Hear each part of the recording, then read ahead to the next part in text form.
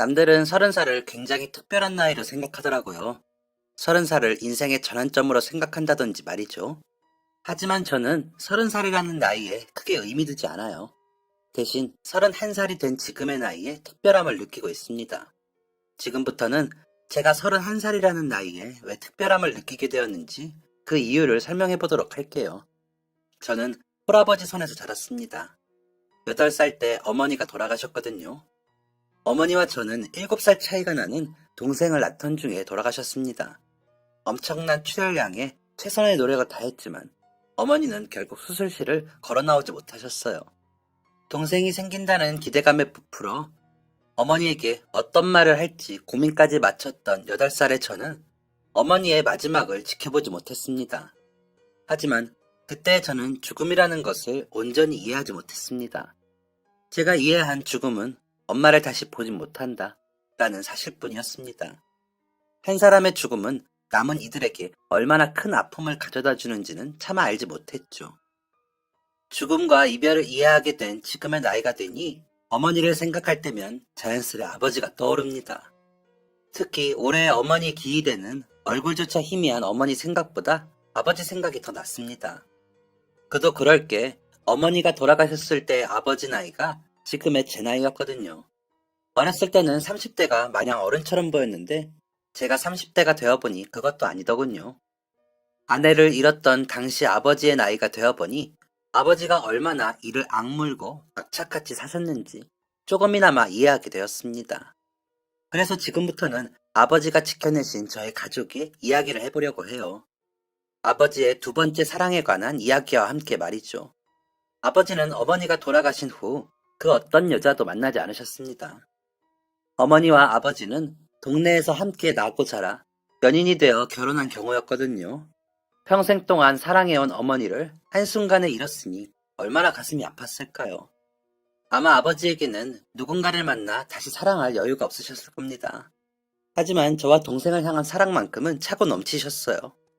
어릴 적부터 제 꿈은 아버지 같은 사람을 만나 결혼하는 것이었으니 아버지가 얼마나 다정하셨는지 상상하실 수 있겠죠. 저는 아버지 손에서 자라며 단 한 번도 어머니의 부재를 느낀 적이 없습니다. 물론 어머니가 그립기는 했지만 어머니가 없어서 남들이 누리는 것들을 못 누리지는 못했어요. 예를 들자면 어머니가 해주시는 예쁜 도시락과 예쁜 헤어스타일 같은 것들 말이죠. 아버지는 제가 소풍이라도 가는 날에는 보름 전부터 도시락 싸기를 준비하셨습니다. 딸 기죽이지 않겠다며 온갖 자료들을 긁어모아 예쁜 도시락 싸기 연습을 하셨죠. 물론 대부분의 연습작들은 엉망이 되었고 엉망이 된 연습 작품은 아버지의 뱃속으로 들어가기 마련이었지만 막상 소풍 당일이 되면 아버지는 누구보다 화려하고 먹음직스러운 도시락을 준비해 주셨어요.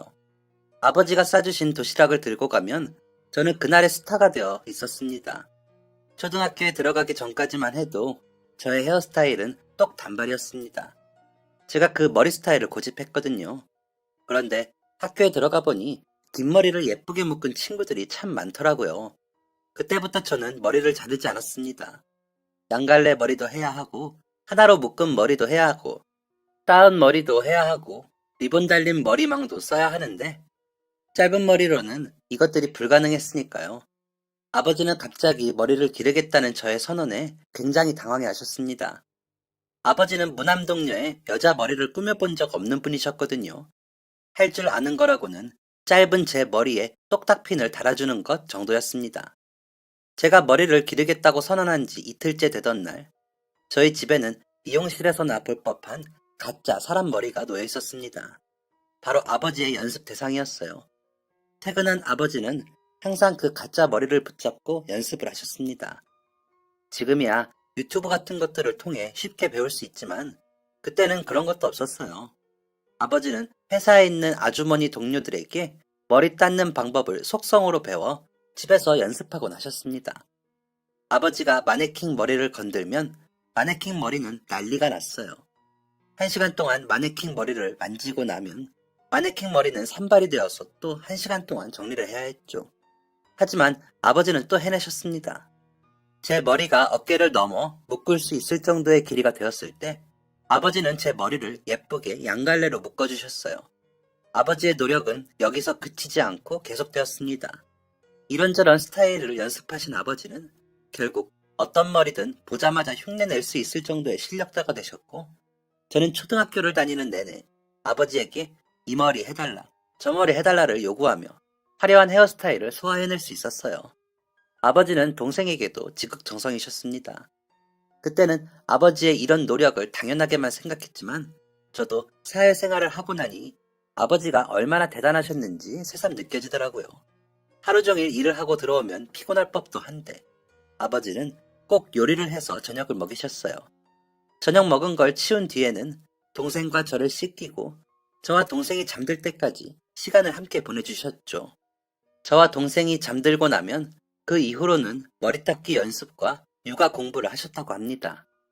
취업한 이후 아버지에게 이렇게 물어본 적이 있었어요. 아빠는 안 피곤했어? 나는 이 나이에도 일하고 들어오면 피곤해 죽겠는데. 아빠는 그때 30대 중후반이었잖아. 그것도 애 둘을 혼자 키워야 하는. 좀 쉬고 싶은 생각도 들었을 텐데 괜찮았던 거야? 제 질문에 아버지는 이렇게 대답하셨습니다. 엄청 힘들었지. 근데 그것도 지난 일이잖아. 지금 생각해보면 그냥 행복했던 것 같아. 기억은 미화되기 마련이라지만 아빠는 좀 특이한 것 같아. 어떻게 그걸 좋았다고만 기억해? 아버지는 이해가 되지 않는 듯한 제 말에 웃으며 대답하셨습니다. 나는 아빠잖아. 너는 아빠가 거저되는 줄 알아? 그 정도 노력은 해야지. 아버지와의 대화는 웃으며 마무리되었지만 저는 아버지의 웃음 뒤에 감추어진 시간들을 알았기에 마냥 웃을 수만은 없었어요. 아버지에게는 혹시 우리 애들이 엄마 없다고 무시라도 당하면 어떻게 하지? 엄마가 없다는 사실을 부끄럽게 여기게 되면 어떻게 하지? 와 같은 고민으로 점칠된 시간들이 존재했기 때문이죠. 사춘기 때 몇 번의 위기가 있긴 했지만 그 위기의 순간도 다행히 잘 넘어갔습니다. 지금 생각해도 아버지에게 감사해요. 그렇게 저는 무사히 10대 시절을 마친 뒤 대학에 입학하게 되었습니다.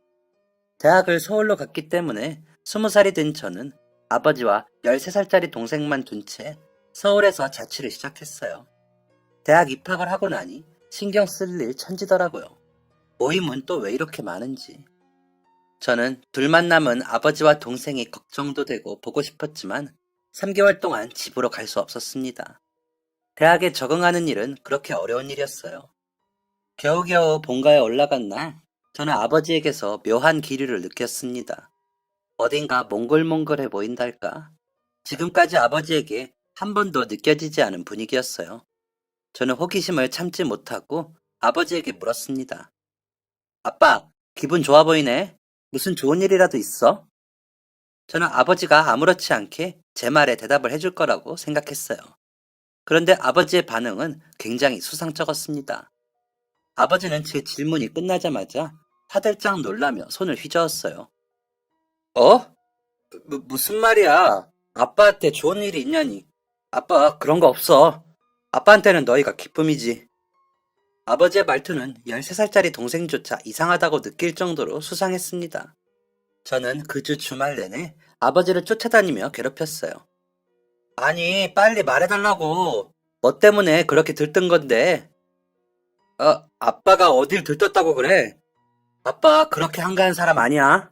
연애 같은 거, 뭐 그런 거에 신경 쓸 겨를도 없다고. 다 큰 딸내미 하나에 이제 중학교 들어가는 아들이 하나 있는데. 놀랍게도 실제로 아버지는 이렇게 스스로 모든 비밀을 밝히셨습니다. 궁지에 몰리자 모든 것을 실토한 아버지는 당황해하셨어요. 그게 아니라 라면서 해명하려고 하셨죠. 저는 그런 아버지를 보며 배를 잡고 굴렀습니다.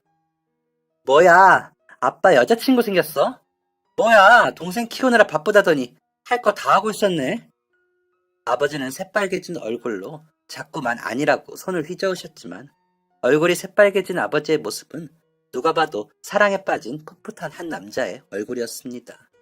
그렇게 한참을 웃으며 아버지를 놀리고 있는데 아버지가 딱 한마디 하셨어요. 여자친구 생긴 게 아니라 그냥 좋아하는 사람 생긴 거야. 그러니까 그만 놀려, 딸. 아빠 안 그래도 속상해. 저는 아버지의 말에 깜짝 놀랐습니다. 뭐? 아빠가 좋아하는 거라고?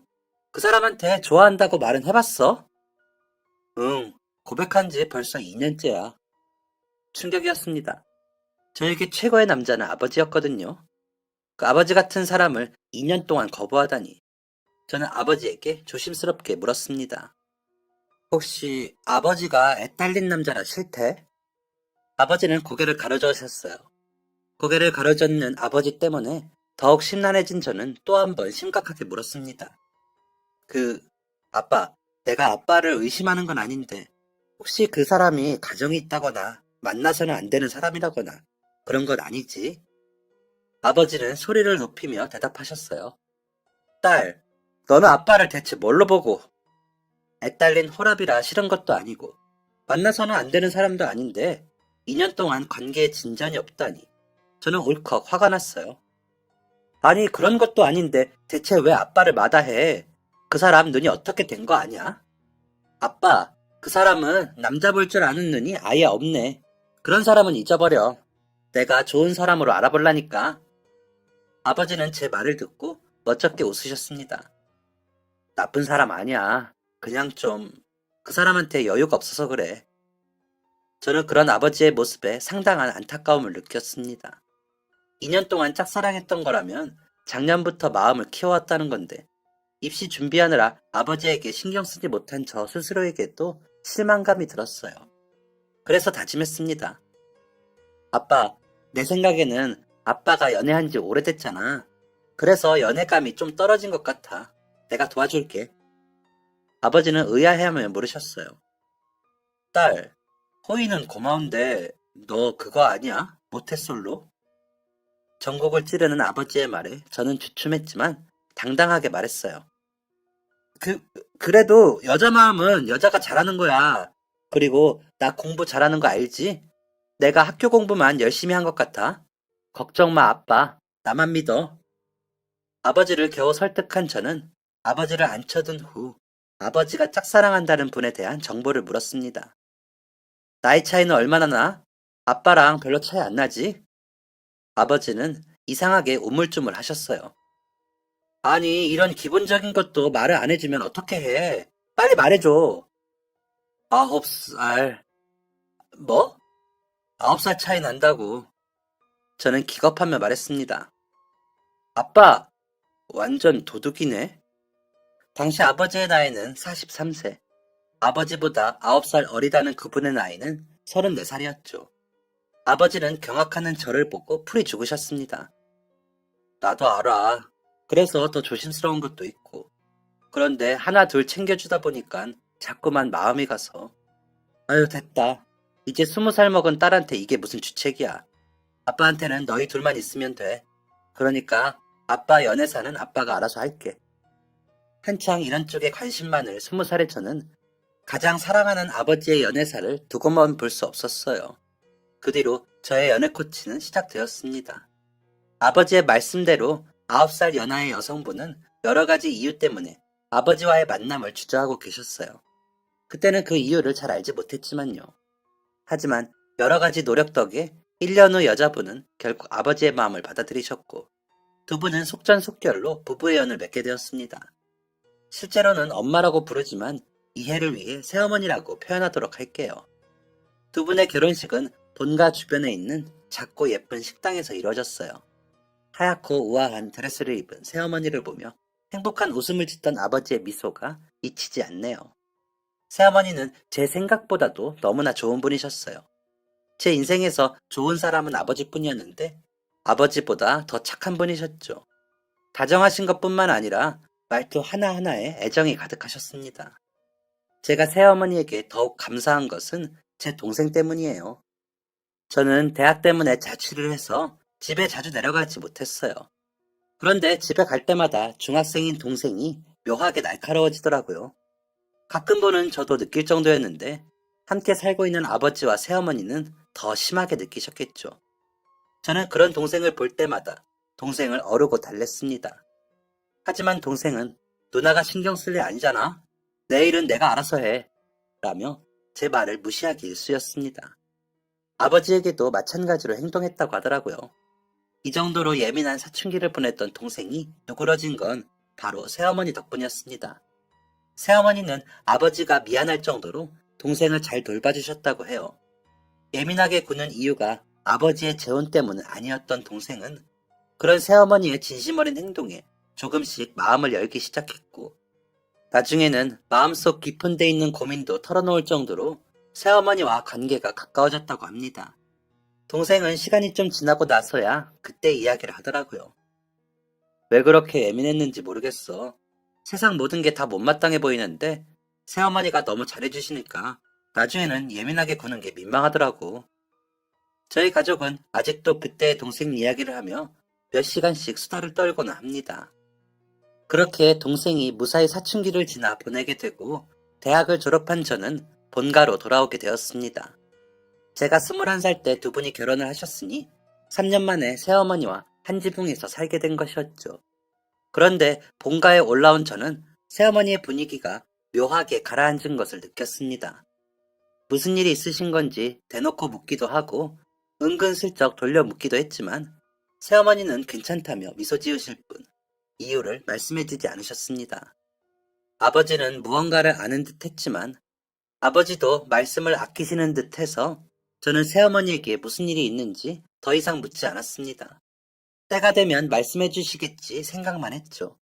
한 가지 확실한 건 아버지와 새어머니 사이에 문제가 있었던 건 아니라는 것입니다.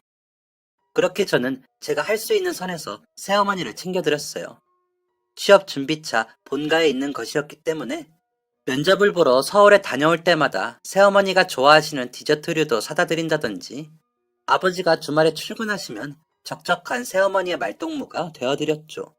하지만 새어머니의 어두운 기색은 사라질 기미가 보이지 않았어요. 저와 함께 있을 때면 환하게 웃으시다가도 방으로 들어가시면 조용히 한숨을 내쉬곤 하셨거든요. 새어머니에게 벌어진 일을 알게 된 것은 아주 우연한 계기였습니다. 취업 준비를 비롯해 독립 준비를 하느라 가족관계 증명서가 필요한 날이었어요. 제 가족관계 증명서를 출력해 제출했는데 제 기준 가족관계 증명서가 아니라 부모님 기준의 가족관계 증명서도 필요하다고 하더라고요. 자식들은 떼어볼 수 있다기에 급했던 저는 동사무소로 가서 해당 서류를 발급받았습니다. 그런데 저는 가족관계 증명서를 잘못 발급받은 줄 알았어요. 저 이거 잘못 나온 것 같은데요? 서류를 발급해준 직원은 그럴 리 없다는 듯 말했습니다. 그럴 리가요. 아버지 기준으로 한 부, 어머니 기준으로 한 부 아닌가요?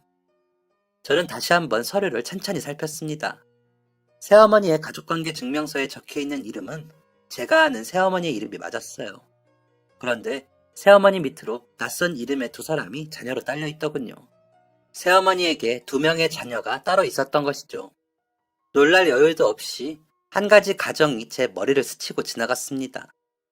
혹시 새어머니가 요즘 심란하신 게 이것 때문은 아닐까? 저는 곧장 아버지의 회사로 찾아갔습니다.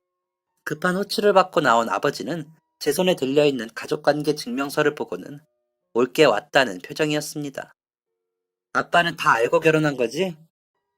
아버지는 고개를 끄덕이셨고 그동안 저에게 차마 말하지 못했던 이야기들을 하나 둘 꺼내놓으셨습니다. 원래는 혜미가 직접 이야기하는 게 맞겠지만 너도 알다시피 혜미가 요즘 속이 아닌지라 아빠가 대신 말해줄게. 아버지는 새어머니가 아버지의 3년간의 구애를 받아들이지 못한 이유부터 설명해 주셨어요. 혜미에게 2명의 아이가 있다는 건 사실이야. 아빠를 만나기 전에 결혼했다가 이혼한 경력이 있어. 저는 이혼이 흠이라고 생각하지 않기 때문에 잠자코 아버지 이야기를 들었습니다. 혜미는 성격 차이 같은 걸로 이혼한 게 아니었어. 전 남편의 학대를 못 견디고 이혼한 거였지. 저는 제 귀가 잘못된 줄 알았어요. 학대라니? 그 천사 같은 새어머니가 학대라니? 뭐? 미친 거 아니야? 이후 아버지가 들려준 이야기는 가히 충격적이었습니다. 새어머니는 고등학생 시절부터 자신을 쫓아다니던 동네 후배와 결혼을 하셨다고 해요. 성인이 된 이후에도 계속된 구애를 밀어내셨지만 다른 지역으로 일을 하러 간 새어머니를 매주 찾아오고 군대 휴가를 받을 때마다 새어머니를 찾아오는 모습에서 진정성을 느꼈고 결혼을 하게 되었다고 했죠. 결혼 초반에는 그 누구보다 행복했다고 합니다.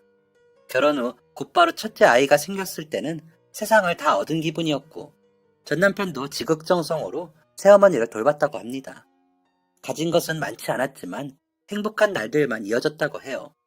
그런데 불행은 새어머니가 연년생으로 둘째를 임신한 뒤부터 시작되었다고 합니다. 새어머니의 전 남편은 만삭인 새어머니를 두고 집을 비우는 날이 많아졌다고 해요. 둘째는 임신 초기부터 여러 번 고비를 넘겼기 때문에 새어머니는 항상 초조하고 불안한 마음이었지만 그런 마음을 남편에게 털어놓지 못했다고 합니다. 임신으로 인한 고통과 심적인 스트레스는 모두 새어머니의 몫이었다고 해요. 나중에 알게 된 사실이지만 당시 전 남편은 임신한 새어머니를 두고 외도를 저질렀다고 합니다. 하지만 이 사실을 알았을 때는 이미 늦었어요. 심각한 난산으로 겨우 목숨을 부지한 새어머니에게 돌아온 것은 시어머니의 잔소리였다고 합니다. 뭐? 제왕절개? 네가 미쳤구나. 그게 애한테 뭐 좋은 거라고 제왕절개를 해? 너는 애미 자격도 없다. 이 이야기를 듣는 저의 피가 끓는 것만 같았어요. 그런데 이게 다가 아니었습니다. 외도를 저지른 전 남편은 새어머니가 어느 정도 몸을 회복하자마자 잘 다니던 직장을 때려치웠다고 합니다. 당시까지만 해도 외도 사실을 전혀 몰랐던 새어머니는 무슨 생각이 있어서 저러겠지 라는 생각으로 참고 기다렸다고 합니다. 제대로 회복되지 않는 몸을 이끌고 가정의 실질적인 가장 노릇을 하기 시작했죠. 그런데 전 남편은 일할 생각이 전혀 없었다고 합니다. 오히려 새어머니가 벌어온 돈들을 모두 유흥비로 탕진하고 돈이 부족하면 구걸해서라도 돈을 구해오라며 새어머니를 집 밖으로 내밀었다고 해요. 새어머니는 각각 2살과 1살인 아이들을 데리고 할 수 있는 일이라면 무엇이든지 했지만 돈은 모일 기미가 보이지 않았다고 해요. 밑빠진 독에 물붓기였죠. 이 사실을 깨달은 새어머니는 둘째를 낳은 지 1년이 되던 해 처음으로 전 남편에게 큰 소리를 냈다고 합니다. 당신이 그러고도 아빠야? 남편이야? 우리 애들 이제 겨우 3살, 2살이야. 제발 정신 좀 차려. 대체 언제까지 정신 못 차리고 놀기만 할 거야? 도대체 왜 이렇게 변했어? 이날 전 남편은 처음으로 새어머니에게 주먹을 휘둘렀고 전 남편의 금수 같은 행동은 점차 심해져 갔다고 합니다. 전 남편이 처음으로 새어머니에게 주먹을 휘두른 다음 날 새어머니는 출근도 하지 못한 채 집에서 앓고 있었다고 합니다. 전 남편은 새어머니를 걷지도 못하게 만들어둔 채 집을 나간 상태였다고 했죠. 숨이 넘어갈 듯 우는 2아이를 겨우 달랜 새어머니는 동이 틀 무렵 겨우 잠에 드셨다고 해요. 그런데 그때 쾅 하는 소리와 함께 집문이 열렸다고 합니다. 새어머니는 잔뜩 겁에 질린 채 문을 보았고 활짝 열린 문 밖에는 시어머니와 전 남편이 서 있었다고 해요. 시어머니는 겨우 몸을 일으킨 새어머니의 머리채를 휘어잡았고 새어머니를 집 밖으로 내쫓았다고 합니다. 어머니, 왜 이러세요?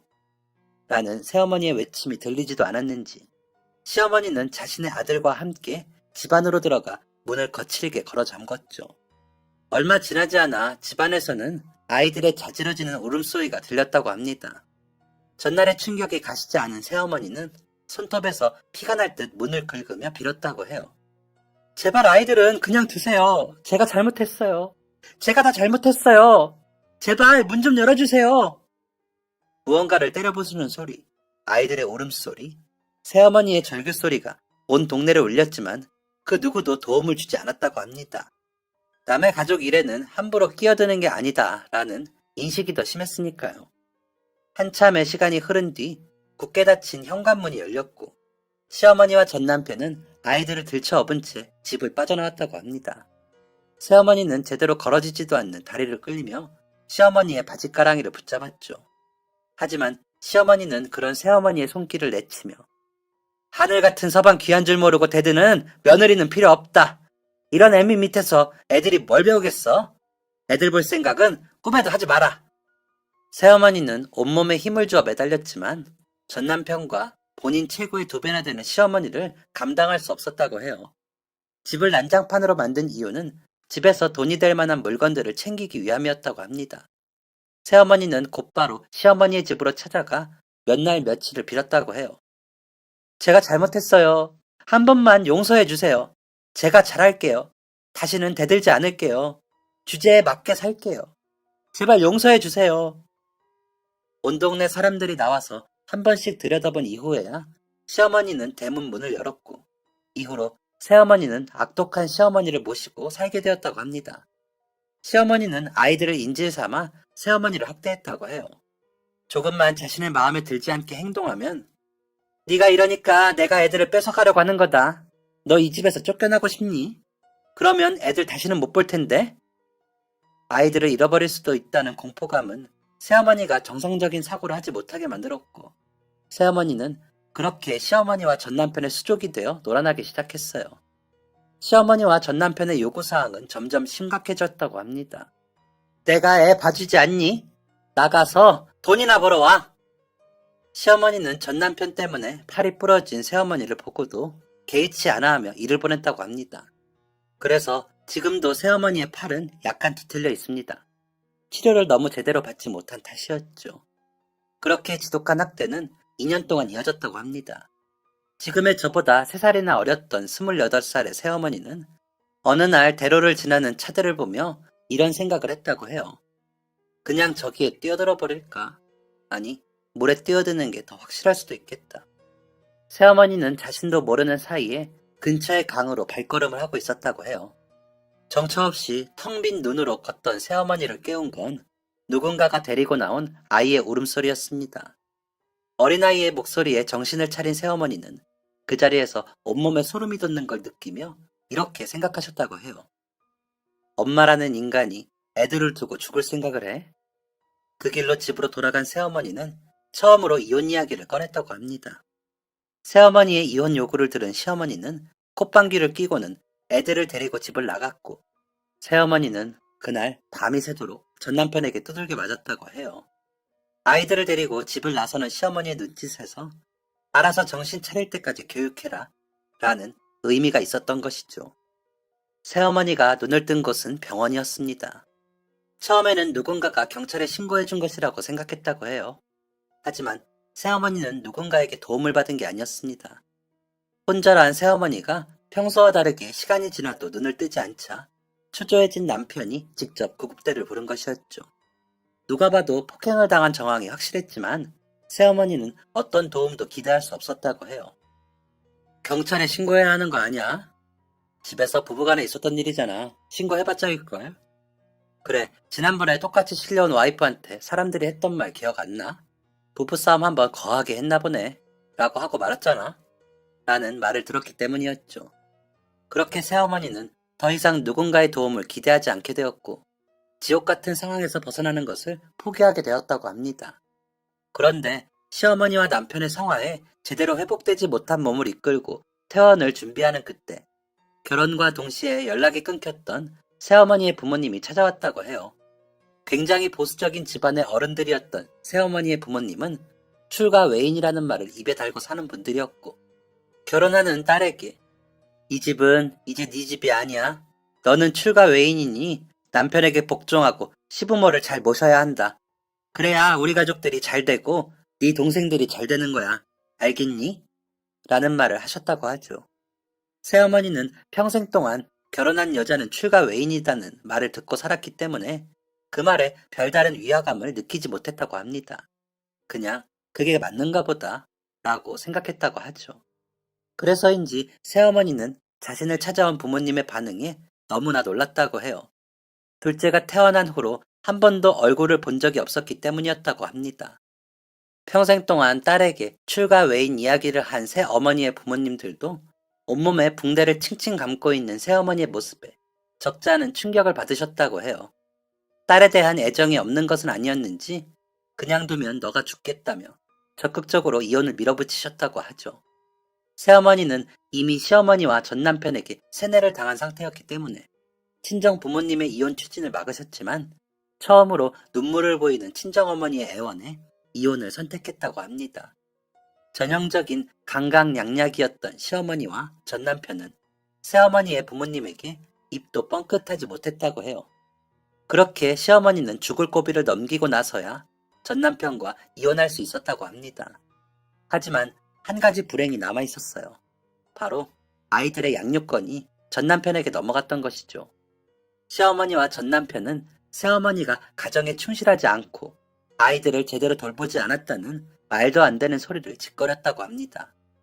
새어머니는 그동안 가정을 실질적으로 먹여 살린 사람이 자신이라는 것에 양육권을 가져올 수 있으리라 믿었다고 해요.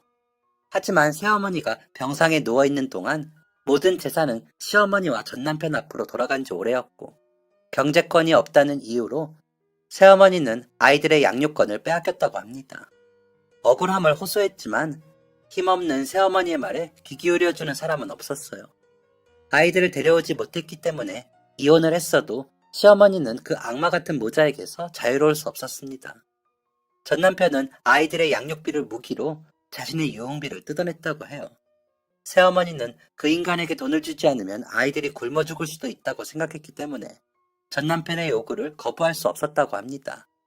아이들을 앞세워 새어머니를 착취하던 그들의 요구는 점차 정도를 넘어갔어요. 어느 순간부터 감당할 수 없을 정도의 요구가 계속되자 새어머니는 그들의 요구를 처음으로 거절했다고 합니다. 애들한테 필요하다고 해서 보내준 돈이 지금까지 어디로 들어갔는지 내가 모를 것 같아? 자꾸 이런 식으로 나오면 나도 가만히 있지 않을 거야. 그동안 당신한테 양육비 명목으로 송금한 내역 다 가지고 있어. 더 이상 애들을 무기로 말도 안 되는 요구하지 마. 아이들 걱정에 덜덜 떨리는 목소리를 애써 감춘 새어머니가 말을 겨우 마친 후에도 전 남편은 묵묵부답이었다고 합니다. 그렇게 전 남편과의 통화가 끊어진 후 남은 건 새어머니를 향한 아이들의 원망이었어요. 새벽녘 아이들에게서 전화가 왔고 너무나 오래간만에 하는 통화에 새어머니는 기쁨을 감추지 못했다고 합니다. 그런데 기쁜 목소리로 자신들의 안부를 묻는 새어머니에게 아이들은 너무나 차가운 목소리로 이렇게 말했어요. 엄마는 우리를 버린 거지. 말도 안 되는 소리에 새어머니는 소리쳤습니다. 뭐? 무슨 말이야? 엄마가 너희를 버리기는 왜 버려? 언젠가 엄마가 너희를 찾아올 거야. 엄마가 열심히 준비하는 중이야. 그러니까. 하지만 아이들은 새어머니의 목소리에 귀를 기울이지 않았습니다. 됐어. 이미 아빠랑 할머니한테 얘기 들었어. 엄마는 더 이상 우리를 신경 쓰지 않는다고. 내 자식 아니니까 버리든지 키우든지 알아서 하라고. 말도 안 되는 이야기였습니다. 새어머니는 억울했어요. 엄마가 얼마나 열심히 일하고 있는데 그 말 믿지 마. 그거 다 거짓말이야. 하지만 새어머니의 억울한 외침은 공기 중으로 흩어지고 말았습니다. 아이들은 새어머니의 이야기를 제대로 듣지도 않은 채 이렇게 말했습니다. 우리를 자식으로 생각하지 않는다면 나도 엄마를 엄마라고 생각하지 않아. 새어머니는 몇 번이나 전화를 시도했고 아이들의 학교와 집 앞으로 찾아가 기다렸지만 그때마다 새어머니와 아이들의 만남은 시어머니와 전남편의 손에 의해 막힐 뿐이었습니다. 결국 새어머니는 자신을 차갑게 바라보는 아이들의 눈빛을 견디지 못하고 모든 것을 포기하셨습니다. 새어머니가 자신의 인생을 살기로 결심했을 때의 나이는 겨우 31살이었다고 해요. 그렇게 새어머니는 아이들의 생일이나 졸업일이 되면 작은 선물만 붙일 뿐 아이들과 그 어떤 왕래도 하지 않았다고 합니다. 그런 세월이 모여 지금에 이르게 되었고 그 사이 새어머니는 아버지의 열렬한 구애에 저희와 가족이 된 것이었죠. 저는 이 사실을 알고서야 새어머니가 왜 그토록 아버지의 구애를 외면하셨는지 이해할 수 있었습니다. 이 모든 이야기를 전해들은 저는 큰 충격에 휩싸였고 아버지에게 물었습니다. 새어머니가 요즘 안색이 안 좋은 건 설마 그 자식들 때문인 거야? 아버지는 천천히 고개를 끄덕이셨습니다. 아버지가 입을 달싹이시던 그때 외출하셨던 새어머니가 들어오셨어요. 그 이야기는 내가 해주는 게 맞을 것 같구나. 최근 새어머니의 낯빛이 어두웠던 이유는 새어머니가 친자식들이 그 집안에서 개밥의 도토리 취급을 받고 있다는 것을 알게 됐기 때문이었습니다. 애들이랑 마지막으로 통화를 했을 때 이상한 걸 느껴야 했어. 그때 애들 나이는 고작 8살, 7살이었는데 애들 입에서 나온 말은 애들이 할 만한 말이 아니었거든. 그럼 설마 전 남편이 애들한테 그렇게 말하도록 시킨 거였어. 애들은 평소에 자기네 아버지와 할머니를 매우 무서워했으니까 어쩔 수 없었겠지. 새어머니는 스스로를 자책하고 있는 게 분명했습니다. 저는 그런 새어머니의 모습에 더욱 분노했어요. 그게 사람이 할 짓이에요? 아무리 새어머니가 미워도 그렇지. 어떻게 엄마와 자식 사이를 그런 식으로 멀어지게 해요? 새어머니는 한숨을 푹 쉬며 대답하셨습니다. 그렇게 하면 내가 예전처럼 돈을 줄 알았나 봐. 애들한테 엄마로 인정받고 싶으면 잠자코 돈을 보내라는 속셈이었을 거야. 그런데 본인들 뜻대로 되지 않았잖아요. 그러면 지금 아이들이 어떻게 살고 있는지는 나도 최근에 알게 됐어. 제대로 보살핌도 못 받고 버리지 못해서 키운 지 오래됐다더라. 애들은 몇 살인데요? 새어머니는 주춤거리며 대답했습니다. 큰애는 14살, 작은애는 13살. 저는 기겁했습니다. 그 작은 아이들을 방치하듯 키우다니. 인간 같지도 않은 그들의 행동에 이가 갈렸어요. 저는 곧바로 소리쳤습니다. 그럼 당장 아이들을 데려와야지. 뭐 하는 거예요? 제 대답에 아버지와 새어머니는 굉장히 놀란 듯 했습니다. 특히 새어머니의 눈에는 금세 눈물이 가득 찼죠. 괜찮은 거니? 재혼녀인 내가 네 아버지와 결혼을 하고 심지어 이전 결혼해서 낳은 아이가 둘이나 있다는 걸 이제야 말한 건데 새어머니가 그렇게 말씀하시는 것도 이해가 갔지만 아무렴 저에게 그런 사실은 아무 상관이 없었습니다. 엄마가 그러셨잖아요. 가족이라면 어떤 허물이라도 보듬어 줄 줄 알아야 한다고. 제가 엄마 손에서 자라면서 배운 건 그거였어요. 피가 섞이지는 않았더라도 엄마는 제 엄마예요. 엄마가 저를 보듬어 주셨던 것처럼 저도 어머니를 보듬을 수 있도록 해주세요. 새어머니는 더 이상 울음을 참지 못하셨습니다. 아버지와 새어머니가 부둥켜 안고 울고 있을 때 귀가한 동생은 깜짝 놀라며 상황을 물었고 같은 이야기를 전해들은 동생도 저와 마찬가지의 반응을 보였습니다. 이후부터는 모든 것이 착착 진행됐어요. 당시 저는 갓 대학을 졸업한 24살의 취준생이었기 때문에 시간이 아주 많았습니다. 그래서 저는 새어머니와 아버지를 대신해 새어머니의 친자식들을 돌려받기 위해 온 동네를 휘젓고 다녔어요. 제가 직접 목격한 결과 아이들의 생활은 비참하기 짝이 없었습니다. 한창 클 나이에 영양소 섭취를 제대로 못한 것인지 몸무게는 평균 몸무게에 한참 못 미쳐 보였고 소매와 바짓단은 한마디 이상 짧았죠. 게다가 친아버지라는 작자는 알코올 중독에 할머니라는 작자는 도박 중독이었어요. 이런 상황이었다 보니 아이들을 데려오는 일은 큰 문제 없이 진행되었습니다. 하지만 만약을 대비해 준비해둔 법적 조치는 필요조차 없었습니다. 아이들을 데려가겠다는 저희 가족의 통보에 선뜻 아이들을 데려가길 허락했기 때문이었죠.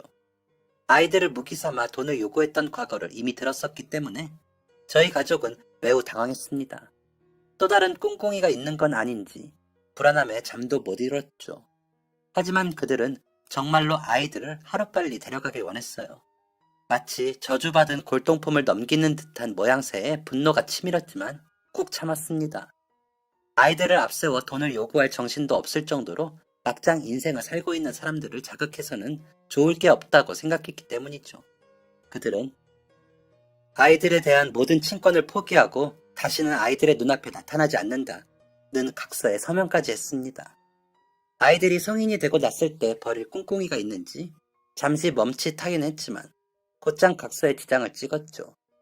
짐이랄 것도 없는 아이들의 짐을 챙겨 그 악마 속으로 빠져나올 때 이웃에게 듣기로는 아이들이 사춘기에 접어들고 사람들의 인식이 변하면서 아이들을 방치하듯 키우는 전 남편과 시어머니를 향한 좋지 않은 시선이 생겨났다고 합니다.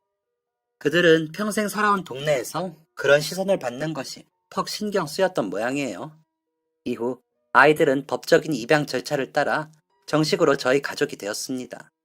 갑자기 생긴 다 큰 동생 2명에게 적응하는 것은 쉽지 않았지만 나름 즐거웠어요. 호의와 친절을 어색해하는 아이들의 모습을 보자면 가슴이 많이 아팠지만 저희 가족이 새어머니에게 받은 사랑을 생각하며 저와 동생, 아버지는 아이들에게 최선을 다했습니다. 아이들은 아버지를 어려워했어요. 사실 아버지뿐만이 아니라 모든 성인 남자들을 두려워했죠. 아이들이 정식으로 가족이 된 날, 저희 가족은 파티를 열었습니다.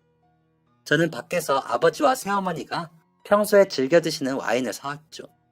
코르크 마개를 따는 모습이 신기했는지 큰아이가 머뭇거리며 제 곁으로 오더군요. 신기해? 큰아이는 수줍게 고개를 끄덕였습니다. 나중에 너가 열어볼 수 있게 해줄게. 지금은 좀 위험할 수 있거든. 그렇게 마개를 열고 잔에 와인을 따르는데 큰아이는 와인의 맛을 궁금해했습니다. 그런데 무슨 맛이에요? 포도주스인가? 아무래도 와인을 처음 본 듯한 모습이 귀여워 저는 친절히 대답해 주었습니다. 과일로 만든 건긴 한데 포도주스 맛은 아니야. 그리고 너 이거 먹으려면 한참 기다려야 돼. 이거 술이야. 저는 와인을 따르느라 여념이 없었습니다. 한참을 지나도 큰아이의 대답이 돌아오지 않자 저는 고개를 돌리며 물었습니다. 왜? 정 궁금하면 냄새라도. 고개를 돌린 곳에는 사색이 된 채 서 있는 큰아이가 있었어요. 귀신이라도 본 듯한 얼굴에 저는 너무나 놀랐습니다.